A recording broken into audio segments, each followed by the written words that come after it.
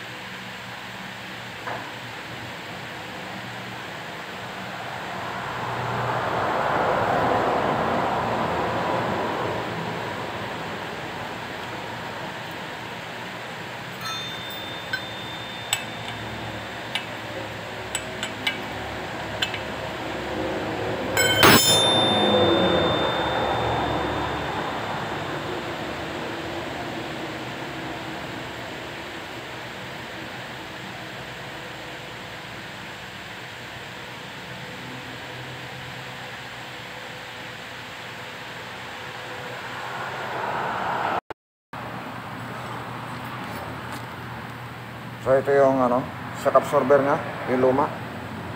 Yan, may leakage siya, tapos yung rubber nya pumasok na yung sa CB sa shock absorber bolt. Yan, pumasok na sa loob.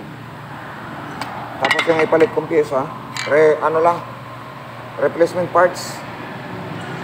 Pero magandang klase na rin to, yung replacement parts to. Yan, kaya ba, lip and right yan, ipalit. Yan. So, mamaya papakita ko na sa inyo pag matapos sa pagkasalpak. So, ayan, tapos na. Naisalpak na rin lahat. Yung shock absorber niya, salpak na. So, hindi ko kasi kanina na videoan. So, thank you for watching. God bless.